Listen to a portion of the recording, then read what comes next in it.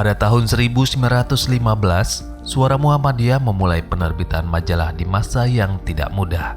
Hindia Belanda sedang di bawah kuasa penjajah Belanda. Saat itu, pribumi Muslim menganggap semua ide dan gaya hidup modern identik dengan Barat dan kafir.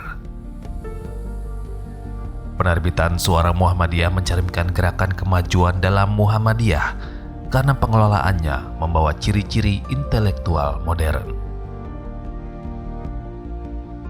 Kiai Haji Ahmad Dahlan terlibat langsung dalam pengelolaan Suara Muhammadiyah yang generasi awal ini. Kiai Dahlan juga aktif menyumbangkan tulisan. Jabatan redaktur diamanatkan kepada Haji Fahrudin bersama para redaktur lainnya.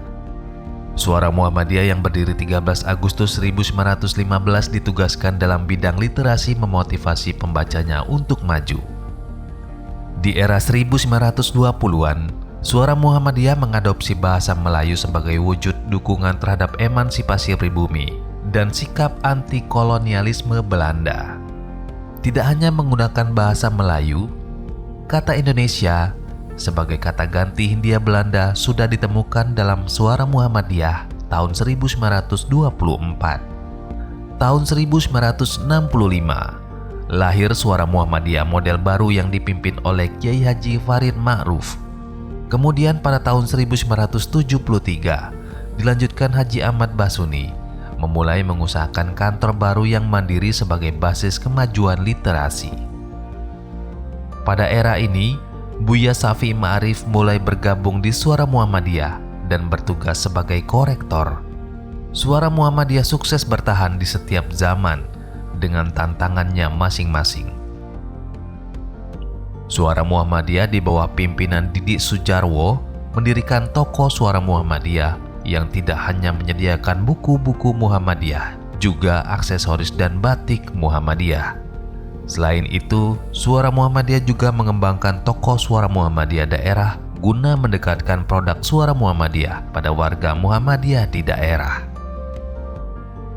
Pada kepemimpinan Denny Asy'ari Datuk Marajo, pengembangan toko di luar disebut SM Corner dengan perbaikan manajemen sebagai sebuah jaringan. Toko Suara Muhammadiyah sendiri dikembangkan menjadi lebih besar. Pengembangan kantor sukses dengan pembangunan gedung lantai 5 yang diberi nama Gerha Suara Muhammadiyah. Di bidang yang terkait dengan penerbitan, dikembangkan website yang lebih terpadu dan terintegrasi dengan SMTV dan dengan penjualan, termasuk penjualan SM Digital, penerbitan buku-buku SM, SM Kreatif, hingga Pusdalit Bank. Di luar bidang yang tak terkait dengan majalah dikembangkan bisnis sembako melalui Bulogmu dan bisnis retail melalui Lokmart.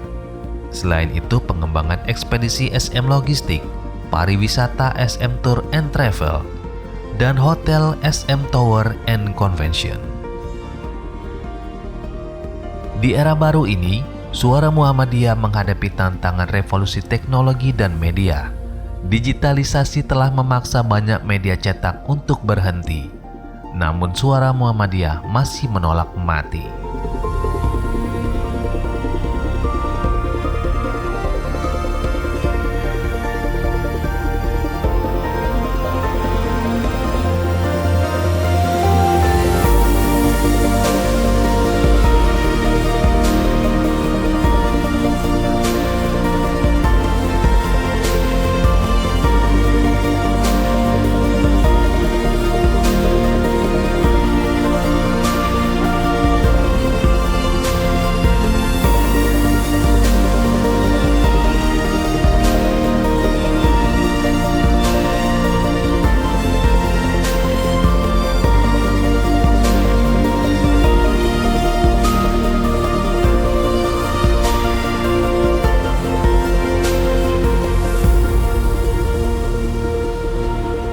Suara Muhammadiyah berulang tahun ke-108 pada 13 Agustus 2023. Suara Muhammadiyah kini menjadi sebuah perusahaan media yang terus bertumbuh dengan berbagai unit amal usaha yang menopang jihad literasi dan sekaligus jihad ekonomi.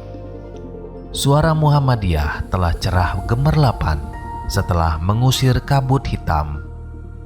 Suara Muhammadiyah menjadi cakrawala baru perusahaan media Islam.